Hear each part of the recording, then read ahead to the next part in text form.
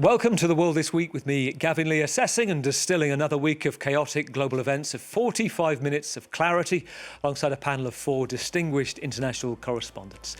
In a week that's seen renewed hope for ending the war in Iran, 10 weeks since it started, 4 weeks of stalemate, a ceasefire, skirmishes over the blockade of the Strait of Hormuz. Intermittent peace talks have boiled down to a 14-point reported one-page memorandum of understanding, crafted by Steve Witkoff and Kushner, which have been sent to Pakistani mediators and is being reviewed by Iran. If agreed, the conflict declared over a 30-day window for talks on core issues being Iran's nuclear program, the Strait of Hormuz, and sanctions relief for the regime. President Trump was ever confident. This is some group of people we're dealing with. So, it's very simple. Somebody said, what's your plan? I said, the plan is very simple. Iran cannot have a nuclear weapon. It cannot have a nuclear bomb. And it's not going to have, and they're really at the end of the line. It's been a week of headline hell for Britain's Prime Minister Keir Starmer, surviving recurring controversies, including the Mandelson affair, but heading into UK local elections with approval ratings in nosedive. He's picking up nicknames faster than his beloved Arsenal are points. Captain hindsight, so flip-flop, say the opposition. And while Arsenal enjoy their place at the top of the table, set to win the Premier League for the first time in 2 decades, Sir Keir's popularity ratings are in the relegation zone. After a dismal election performance and the success of the populist Reform Party, there's talk of a Labour plot to oust him before the next election. PM, to be clear, you are not going to resign. No, I'm not going to walk away and plunge the country into chaos. We were elected to deal with these challenges, and that's what we will do. It's been a week that's seen a virus break out on a luxury cruise ship. 3 people died on board, with passengers forced to isolate in their cabins. Controversy of whether the vessel should be able to dock and where. Reminiscent of the COVID pandemic, the MV Hondius was sailing from Argentina to Cape Verde when doctors detected the hantavirus outbreak originally carried by rodents, which was then blocked from docking at Cape Verde. Spain stepped in for a humanitarian evacuation in Tenerife, despite opposition from local officials, and footage from the ship shows events unfolding. This is my sad duty to inform you that one of our passengers sadly passed away last night. Tragic as it is, it was due to natural causes, we believe, and also whatever health issues he was struggling with, I'm told by the doctor, were not infectious. It's also been a week of government collapse in Romania and the US announcement of a troop withdrawal from its German bases. Nothing to do with the very public spat between Chancellor Merz and President Trump, says Berlin. Well, on the panel with me this week, in the studio, the French knight of art and letters, I am delighted to welcome back to the programme renowned photojournalist Amar Abed-Rabbo. It is great to see you, as always, Amar. You've just arrived back from a number of deployments today in Paris. You talk us through 2 assignments. We're going to talk about, it's actually 3, I think. One is the Strait of Hormuz, a rare visit, which we'll talk about in the programme. Another visit, what they call the World Cup of Art, the Venice Biennale. Usually it's kind of the art that dominates, but it's politics this time. A lot. And the jury resigning from the panel. Exactly. It's, I believe, some people say let's separate art from politics or let's separate sports from politics. I believe everything is politics. But let's be serious. Let's face it. So yes, this time you have Ukraine, you have Gaza, you have points of tension in the world. And art cannot ignore them. Art is really in the heart of them. People were demonstrating against Russia. You've seen probably the Pussy Riot demonstrating and shouting, etc. And also there was a demonstration against Israel presence that was not present, actually. And for my part, I was also very much interested in seeing countries like Lebanon or Syria, who have pavilions and who are also, let's say, despite everything going on, despite the war, despite the poverty, etc., who want, there's a political decision to be there, to be in Venice for the Biennale. So this is also very interesting and says a lot about these countries, like, for instance, Syria, who is often presented as almost a Taliban Islamist state. And then you have a very secular exhibition in Venice. So don't always believe what is being said, also in Venice, of course. That's why you narrow the distance between the story and yourself. And you've been quite a cadence of 2 ceasefires in name, the Strait, but also in Lebanon, as well as this festival. Talk us through what you saw and what you took images of in Lebanon. In Lebanon, it was very interesting because it was a week after the ceasefire.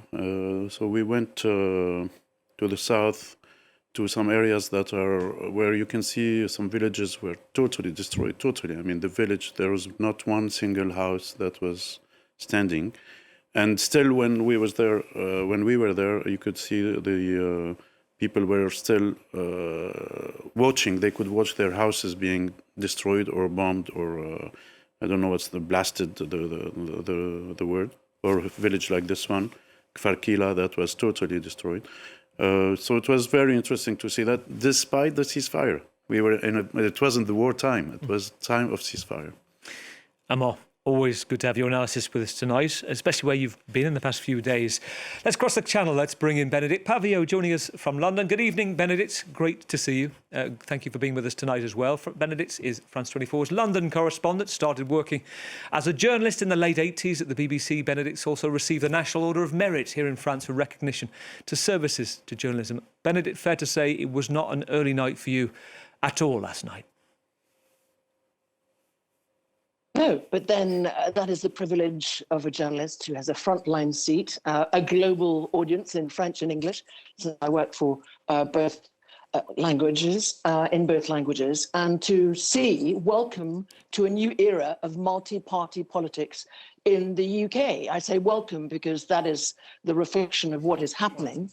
And it's a reflection that the Prime Minister, UK Prime Minister Keir Starmer, is going to have to deal with, as are the leaders in Wales, in Scotland, and up and down the United Kingdom. It's democracy in action, and with immediate consequences of more pressure. But of course, this is all in a context of indeed the war in Iran, the war in Ukraine, big trouble in the Middle East, the cost of living everywhere going up, incredible inflation in Iran, I think 72%. And we're here to reflect about many of those things. And of course, art that plays an important role. And go and see the Banksy statue outside the Athenaeum. Google it if you haven't heard about it yet, folks. Talking about art in its own way, tell us about this. Not everybody would know this, but there is a staple of British elections that goes back to the 80s. It is the official monster raving loony party founded by screaming Lord Such, known for their sartorial distinctiveness, shall we say. How would you explain the party, Benedict, to a newcomer to British elections? I don't think there's a European equivalent, is there? Wow, I didn't see that one coming. I'm not sure that there is. Look, again, I invite people to look at clips online. Basically, it is an extreme expression of democracy, an extreme expression of eccentricity, really, that of individuality, let's put it that way. But it is not a party that has done significantly well, she said in an understated way, with her British education. Benedict, we've got much to discuss with you. It is great to have your analysis with us tonight. Benedict Pavio, completing the lineup. Let's go to New York. Let's bring in Nick Robbins early. Good evening to you, Nick. Good evening. Nick covers big tech, misinformation, online extremism for The Guardian, focusing on the internet and AI affects society, and is currently reporting on the Musk versus Altman trial, which we will be discussing tonight. Nick, can I mention a couple of AI stories this week that have been making headlines? One is ChatGPT launching a new platform to make it easier for a broad set of advertisers to buy ads, basically to help the company raise revenue. Is the bottom line that we're going to see a lot more ads as chatbot responses? I think it's very possible. I think what we're looking at is a lot of AI companies looking to monetize their products in any way possible. And a lot of people have been looking at OpenAI and how they might be eventually looking to add ads to their platform as well. I want to talk about something else for a moment, Nick, as well, which we won't get time to feature. But can we just talk goblins for a moment? Because ChatGPT, as you well know, appear to have a goblin obsession in its answers that have to be reprogrammed to stop the random talk of goblins and other mythical beasties. Has it stopped this week? Have you tested it? So far, no goblins this week, but who knows when they could crop up again. Well, I ran a cunning test. I put in to ChatGPT, what is a green mythical? Typical. Yeah, exactly, Ben. I said what rhymes with joblin, and it delivered. I know you well. It said, of course, goblin. There we go. Proof. Now, I was going to say it was completing the lineup. We had problems earlier with the line, but we can go to Budapest. We can bring in our other correspondent tonight. Oh, we do. No, we can't. We will go to Peter Conradi as soon as we can get him at the Times, and the author of The King's Speech. He's going to be looking at Peter Magyar's inauguration tomorrow. So will join us later in the programme, we hope. Well, let's begin. In Miami, just gone 4 o'clock Sunday afternoon, President Trump was hosting the PGA Tour, the Cadillac Championship, at his golf course while updating Truth Social at the same time. He announced what he called a humanitarian gesture to open the Strait of Hormuz, Project Freedom, to help free hundreds of vessels and 20,000 crew still stranded, running low on rations and risking Iranian fire if they attempted to move. US Central Command clarified it was offering route guidance and a limited direct naval escort for selected ships. 2 ships got through, 6 Iranian Revolutionary Guard boats were destroyed. Iran resumed drone attacks, 2 US destroyers coming under fire. And on Tuesday morning, President Trump set out what was at stake. He was flanked by children who'd been invited to promote the revival of the presidential fitness test for US schools. You know what? We just broke every record, and now we're going to take a hit because we have to make a journey down to Iran to take the nuclear weapon. They would have had a nuclear weapon within 2 weeks. Remember, we sent that beautiful B-2 bomber in, and we blew up their nuclear potential. It was obliterated, for those that are not aware. By Tuesday night, Project Freedom was on pause, pending negotiations, said President Trump, which takes us to this latest deal on the table, the one-page-long 14-point deal, reportedly penned by Steve Witkoff and Jared Kushner. And meanwhile, the ceasefire still seeing serious skirmishes in the Strait. US destroyers reportedly repelling Iranian missiles, drones and small boat fire on Thursday into Friday and retaliating, hitting military installations in Iran. And it was the UAE too, targeted once again by Iranian missiles and drones. Let's bring in Amar, first of all. Your assessment of the current state of play. To be honest, sometimes I'm totally lost because the 3 parties that are fighting there, I mean, Iran, Israel, and the United States, are liars. They change their minds. I guess they're dishonest towards the press, etc., or towards each other. So we don't know at all. I mean, you sleep with something, you wake up with something else. There's a ceasefire, then there's no more ceasefire. Then there is a peace plan, then there's no more peace plan, and then you go back to 2016 agreement, and then you learn that there are, I don't know, tens or hundreds of billions of dollars spent already in 2 months, and then it's extremely tiring. And I can tell you, for the people who are there, I mean, I've been in Oman, I've been in Dubai, but also in Lebanon, of course, that's also part of this war. People are exhausted. They're totally exhausted. They can't even make plans for dinner or for a trip or for something. Airlines have been stopped sometimes, or cancelled or lower their trips, etc. So it's and these are the most fortunate ones, or those who can still travel.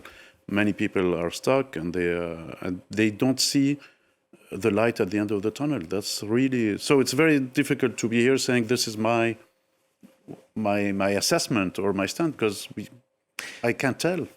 No, but it's very good. Even the fact that we're all in a state of flip-flopping constantly, where we're hearing certain narratives, particularly from President Trump, that it's all going well. It's a ceasefire still, even though we're seeing skirmishes. And yet, from your point of view, there are very few reporters. It is rare to get to the Strait of Hormuz right now. You've been there not long ago. From the Omani side, tell us about what you were seeing. Tell us about what it was like, the kind of moments of contact you were having with perhaps other boats in the Strait? Were you seeing the IRGC small boats? What were you seeing? No, from the Omani side, you see it's extremely quiet. It's very quiet. Beautiful beaches, some places that are rocky, but very, very quiet. And you're alone. There's nobody. Usually it's this area called Musandam is a very touristy place. Of course, there's no more tourists at all. And you are totally alone. This is, I like this photo a lot with the swing and the little family playing, because it seems as if they don't really care about, this place is like the center of the world. The oil in France or in the US, etc., is much more expensive because of this place. And then people keep on with their lives and they play with their children and they enjoy the sand and the beach. But yeah, this is what you could see there on the ground. It's not at all a worry, a conflictual zone, let's say. It's very, very quiet. You have, when you go a bit further into the Oman Gulf, then you have a lot of tankers, as you can see here, tankers and large ships that are waiting to get approval or to get into the strait. But when you're really on the strait, it's very quiet. There's nobody. There's no war. You don't see the Iranian fighters. You see nothing. I spoke with the Telegraph senior foreign affairs reporter, one of the few also that managed to go to the Strait. He said he saw some smugglers' boats, small boats, not the mosquito boats of the Revolutionary Guard. They were friendly with him, but there was a big oil smuggling operation ongoing, kind of taking advantage, a boom in the vacuum of the blockage. I didn't have that chance, and I tried to do a tour with a boat. But some of the local fishermen or people I've seen were very scared, because it seems that they had directives not to take foreigners on boats. And also they still think there are mines in the Gulf somewhere. We still don't know if that is true or not, but they don't want to take that risk and check. And those images are really important to see as well, because when we think of the Strait, when you've seen the bombarded with constant visuals of explosions, including today of the tanker, that is also part of the Strait as well. And you see some of the ships are clearly not moving, but that is also part of the same story. Amar, very interesting. I want to bring in Peter as well. Peter, the Europe editor, Peter Conradi at The Times, author of many acclaimed books, Who Lost Russia, from the collapse of the USSR to Putin's war on Ukraine. Peter's had a few problems with his line. Also the author of The Great Survivors, How Monarchy Made It to 21st Century, and of course the King's Speech. Peter, you're in Budapest tonight. We'll get on to Peter Magyar's inauguration soon. It is great to have your analysis. I'd like to hear your thoughts on where we are, what you've been hearing right now on the state of play in Iran. I must say, I'm probably as confused as everyone else about what's going on in Iran. Not being helped by the fact that I'm here in Budapest, as you mentioned, looking at the inauguration tomorrow of Peter Magyar. I mean, it's baffling, isn't it? Because we had Marco Rubio, I think a few hours earlier in Rome, saying that the Americans were still expecting a response by this evening from the Iranians to the so-called 14-point peace plan, which is not necessarily, it's not quite written on the back of cigarette packages, what I used to say, but it's just written on a single sheet of paper. What the response to that will be, I don't know. Will it have been helped by the fact that American planes dropped bombs down the smokestacks of a couple of empty Iranian tankers this afternoon? One would think it wouldn't be helped, but it's such a weird conflict and it's so difficult to read that I'm afraid my guess is probably as good as, or probably not as good as yours or anyone else's. Interesting. Benedict, listening to Peter, if we get to a point, and there must be conversations, one would imagine, right, in Downing Street, despite the fact that they're going through the election period and coming out of it, and here in Paris as well, what happens if suddenly there is an agreement to say, let's start the 30 days of talks? Iran say, maybe over this weekend, we agree that we'll go into this phase of negotiations. We will formally end the war at this point, even if there's lots more to sort. So Keir Starmer, Benedict, and President Macron recently chaired a multinational group on future security. What's your understanding of what happens next for Europe, for Britain? Well, that they encourage, support, help, and they have, not that we're privy to them for obvious reasons, trying to get the goods flowing as quickly as possible through that narrow Strait of Hormuz. I mean, it seems to me that whether, it's on, it's off, this deal. I mean, the trouble is, the good news is that both sides want a deal. The bad news is that they don't want the deal that the other side is offering. That's the first remark I'd say. Then there's the time element, the fact that Iran seems, well, is clearly leading an asymmetric war, and you've got the midterms coming up for Trump. So his time clock is clearly ticking very loudly. I actually met Jared Kushner here in London at the American ambassador's residence, and that's when he was actually, so that was the first term of President Trump, when Jared Kushner was presenting a so-called Middle East peace plan. And here we are all these years later. I wonder, it occurred to me, as President Trump, with his much delayed China trip, is going this coming week, unless that changes, midweek to China, I wondered if others thought that that might change things, changer la donne, as we say in French, if that might help, because China behind the scenes is in a powerful position. Peter. China.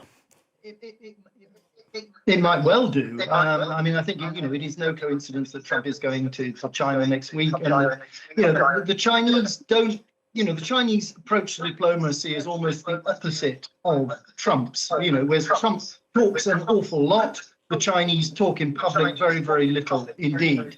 So, but one can imagine that it is crucial for them as a major manufacturing company, as a major oil importer, to get the Strait of Hormuz working again. And, they're in the position of having, good relations with the Iranians. They can have a word with the Iranians behind the scenes. And also, despite the potential of military standoff over Taiwan and so on, they have good, to some extent, relations with Trump, or Trump rather will listen to them in a way that he won't listen to other people. So, I would say it's a positive thing that Trump is meeting Xi next week, and that if after his meeting we still don't have a deal with the Iranians, then I fear that this is going to drag on for a very long time to come. Nick, just listening to Peter, you've spent some time reporting on the information war, the propaganda war deployed by Iran, and contrasting it with the US approach. There is reportedly no centralised command for how Iran runs its information war. It's apparently small teams, relatively cheaply done in terms of content. The Lego-like AI, it's called memetic propaganda, run by this company called Explosive Media. What are you making about this kind of diplomacy and to who you think has leverage right now in the information war?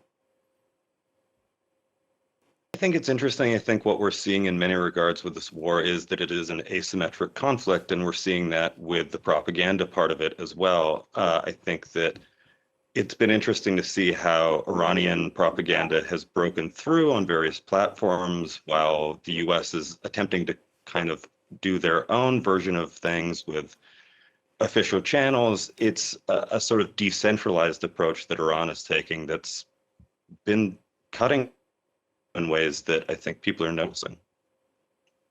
Let's move, while we're in a state of flux with Iran, to the repercussions of some clarity to the UK elections. 8:30 Friday morning, King's Hall Methodist Church, Ealing, West London, is where Prime Minister Keir Starmer was rallying the faithful after a night of losses in England, losing hundreds of council seats in a day shaping up to be one of Labour's worst local election performances in modern history, potentially the worst for any sitting Prime Minister on record. He's told reporters he's not walking away. His Foreign Secretary, Yvette Cooper, saying the party, quote, needs time for reflection. Well, just 22 miles away, basking in the havering sunshine, a chipper, Nigel Farage, whose right-wing Populist Reform Party had taken around 600 seats in England. The winners on the night of a highly fragmented contest. He told reporters that Labour was being wiped out and that a change was coming.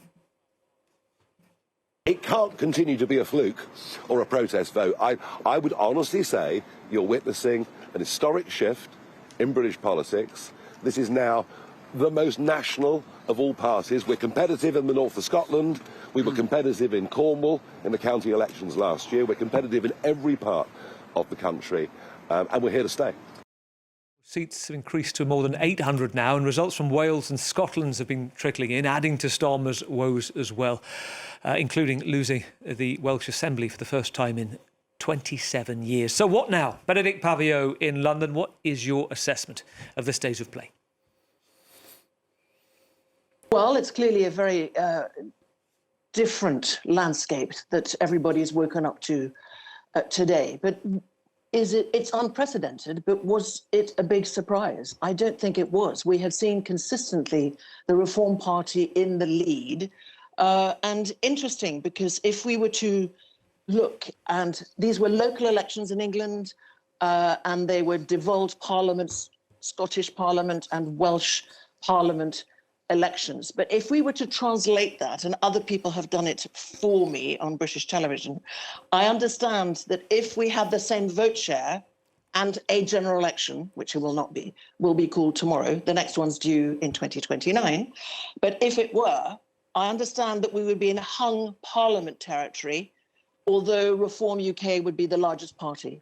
So what seemed very improbable 2 years ago, apart from Nigel Farage himself and close people to him, that he could become the next British Prime Minister, or if not the next, because in case there's another one, which is probably quite likely after Keir Starmer, before we have a general election. But after a general election, if we were in that terrain, I mean, that would be quite extraordinary, because of course, one of the criticisms of the Reform Party is that it has, as far as MPs is concerned, some MPs that have had high positions in the Conservative Party, Robert Jenrick, for example, being one of them. So the Conservatives were rejected massively at the last general election almost 2 years ago. So why would you want those people in another party? Anyway, what is being talked about, so he's not walking away, says Keir Starmer, but what is being talked about, apart from the plotting, which I won't go into right now, and apart from the fact that there's no obvious successor, let alone Andy Burnham, who's no longer, and hasn't been for a long time, a member of Parliament, an MP, and is the mayor, as we well know, of Greater Manchester, is a possible future being anyway from a few months to here to September, a dignified exit for Keir Starmer, the UK PM. And that is particularly coming from actually Andy Burnham supporters who know that obviously he couldn't possibly be a successor right now because he's not an MP. So it's a more messy picture. And of course, Nigel Farage and his party are going to extrapolate that they are the real opposition. But Her Majesty's opposition in Parliament in Westminster, the national Parliament in the House of Commons, is very clearly the Conservatives that are led by Kemi Badenoch. Kemi Badenoch, who is an asset to her party, but her party is not an asset to her. And it's the contrary for the Labour Party, where Keir Starmer is not a winning asset right now. And it's unlikely that he could become, but nothing's impossible, possibly in politics. And that's the dilemma that his party faces. So we've gone from a domination of two big beasts, traditionally the Conservatives and the Labour Party, to at least 5 parties that are jockeying for attention, jockeying for position, jockeying for power. Interesting, Emma. One of the lines of criticism from Labour, apart from being that this is a party of fear reform, and Nigel Farage, they say, and this is a party of protest, that when it comes to it, their hope is, for Labour and Conservatives, that they will return. It appears the British picture is quite fragmented, but I'm kind of struck because one of the criticisms is that Reform hasn't got a defence minister, a shadow, somebody in waiting. They haven't got a foreign affairs spokesperson, for example. But if you look around Europe at the other upstart crows gone by, and not necessarily populist, but look at Emmanuel Macron at the time he became president. It wasn't about those around him. It's about what you could bring with you. And I wonder what your takeaway is on a Europe level of this populism wave in the UK. For me, what strikes me most is that, if I remember, I'm not an expert in the UK political life, but I remember that Farage was a liar and he recognized that he lied at the Brexit about aids coming from Europe or being sent to Europe or something like that. And 10 years later, here he is winning local elections. And this is very worrying because, in a way, I mean, it reminds me what we lived during COVID. If you remember, you would see an expert about viruses who had 30 years working on viruses, delivering a speech, and then someone in his kitchen would be saying, "Oh, this guy knows nothing. He's a liar. I will give you the truth." And this guy was having millions of retweets or likes or whatever on social media. And this is now applied to politics. I mean, we've seen it with Donald Trump, and we might see it in UK with Farage. And it is scary because, after all, I mean, the science, the values, the education, etc., are everything that brought these countries here where they are today. So if now we decide to vote for people who are obviously liars and who will tell you what you want to hear, and who will spit on the problems, on the foreigners, on immigrants, etc., where are we going? This is really worrying. To the point you're raising, this is the battle bus saying that there'll be, 350 million, I think it was, Benedict, saved for the NHS, which when you start to look through the numbers, they weren't necessarily adding up, is an understatement. The other point, Benedict, is Labour, traditionally, proudly the party for the workers, the working class at its heart. What are the historians likely to call it right now? Well, that's an accusation that Labour rejects completely. I heard that very point being made in election coverage at about 4 a.m. or 5 a.m. this morning. And what the Labour Party thinks is that Nigel Farage is busy making promises, and indeed Kemi Badenoch of the Conservatives says the same thing, that he simply can't deliver. If we were just to take the local elections and winning council seats, for example, there have been some real problems with some of the reform parties' work in those councils. I think they sold a statue the other day in order to put money in the coffers. The fact of the matter is that all councils up and down the country are really pushed and squeezed for money. That's the real world that we live in. So even on that scale, what is it that they're going to cut without increasing taxes? So, and that's, of course, it could have been an accusation. You're quite right, Gavin, to bring up the example of Macron, who'd been a minister, but who'd never been in government, sort of leading, head of state and a long experience in government. But he clearly, what Nigel Farage has is he cuts through, and the people who are voting for him, because there's this increasing cynicism and unhappiness, cost of living comes up whichever party you are. The fact that certainly people in Scotland and Wales, but others across the country feel that they're not heard by what they refer to, which is now a pejorative term often, Westminster, the Westminster Parliament.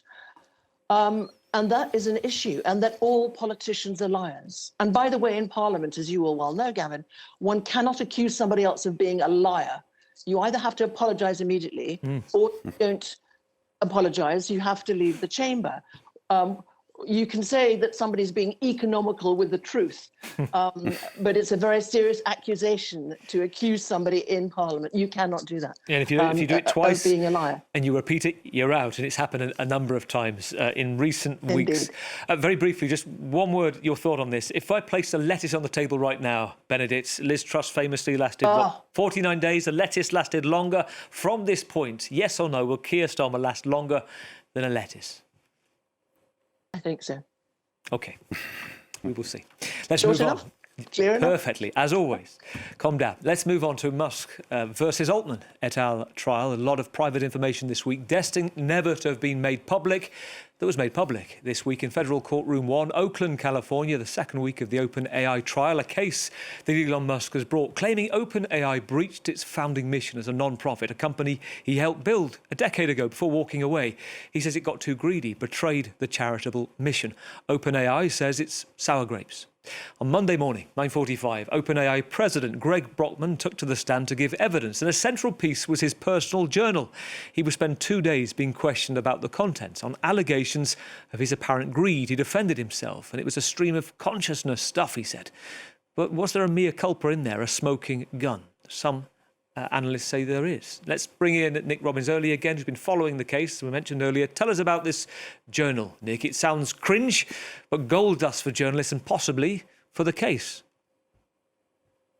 Yes, I don't think this is a journal that any one of us would want public if it were ours to have written. I think what we've seen in this trial, though, is that it is being held up by Musk as this sort of smoking gun that Brockman and Altman and OpenAI were plotting against him, were always only interested in financial gain.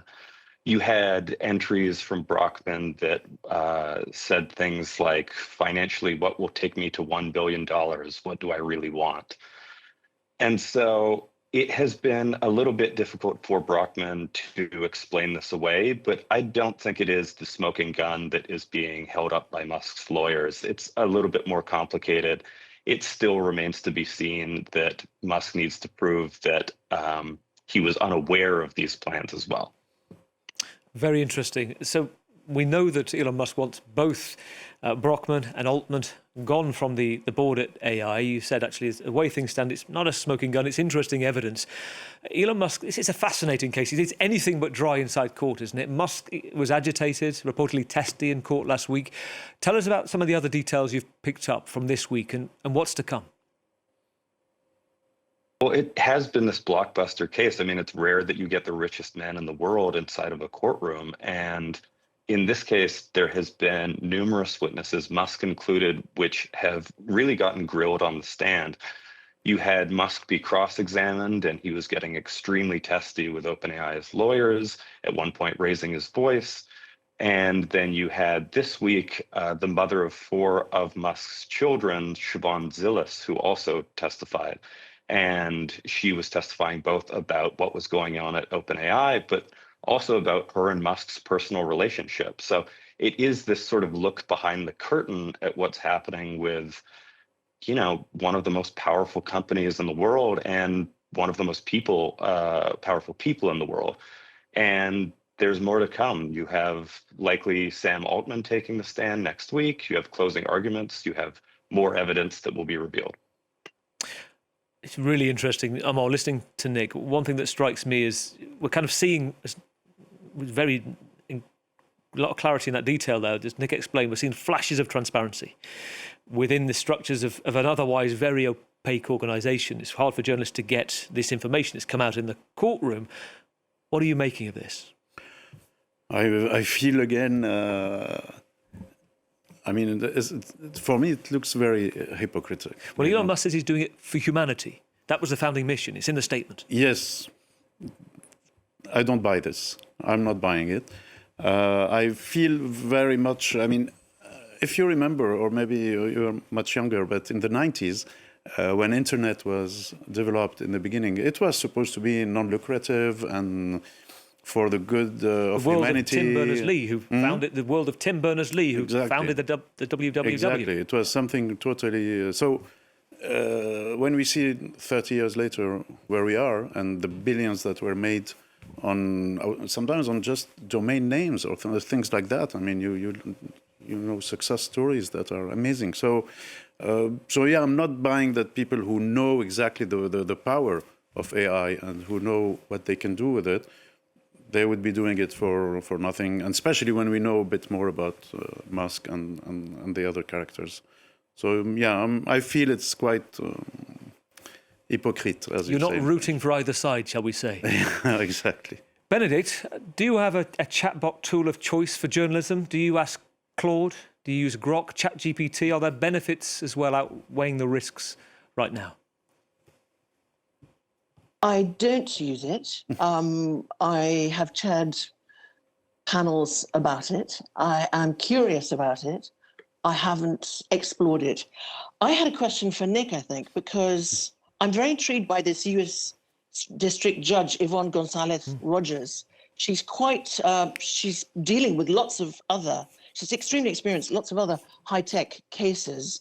And this week she had to tell off the richest man with a net worth of over $750 billion, Elon Musk, that he wasn't a lawyer because he was accusing the prosecutor, I think, of asking him leading questions. Tell us more about this district judge. Nick. Yes, she has been a very interesting character in this. She has been cutting off witnesses when they've been going off track. She has been stopping talk of AI doomsdays and apocalyptic visions that Musk wanted to get into, but that are relevant to the case.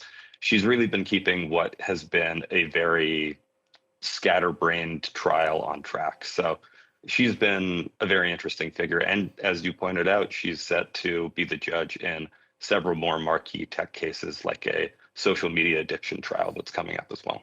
We're reading from the She'll report. be the final arbiter of this case, sorry, because there's a jury, but I understand she'll be the final arbiter. That's correct. She is going to settle any remedies that might happen. The jury will discover whether there is liability, Remedies, I but love if that they word. do find that there is liability, she'll be in charge of remedies. Where's the mullah? Well, it's an interesting case as well, because you talk about the judge. She's had to, at one point, tell them both to stop taking to their social medias, and almost like a parent as well as a judge, because Elon Musk said at one point that he started it, to Sam Altman and OpenAI's criticism of him.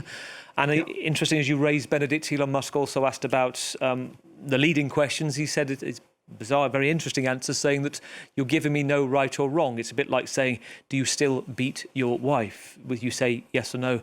They're both wrong. We have Peter back with us. We can get a sense of what's going on in Hungary, because today, the last day in office for Viktor Orbán, the outgoing Prime Minister of Hungary, has indicated he's stepping back from Parliament to, quote, reorganise the national side. If you're watching back or listening on our podcast, a 16-year consecutive reign will already be over after a landslide election victory last month. It is Peter Magyar's inauguration tomorrow. The former insider turned formidable anti-corruption campaigner travelled to 700 towns and villages across the country and made his case across a huge social media following too, largely bypassing or was ignored by public broadcast networks that were owned by Orban-friendly media moguls. Well, Peter Magyar is calling Saturday's inauguration the Regime Change People's Festival. The EU flag is returning to Parliament as a visual symbol of the shift in intentions, and Peter Conradi will be there to witness it. Peter, tell us about the changes you're already noticing on the ground and perhaps the immediate challenges ahead. Well, first of all, I'd say it's amazing after all this talk of open AI, the wonderful things that AI can do, but it's still sometimes a bit difficult to log in from a hotel room in Budapest, so apologies for my absence. No, I mean, it's absolutely extraordinary because, formally speaking, Viktor Orbán is still Prime Minister, as we're speaking now live on Friday evening. The elections were almost 4 weeks ago.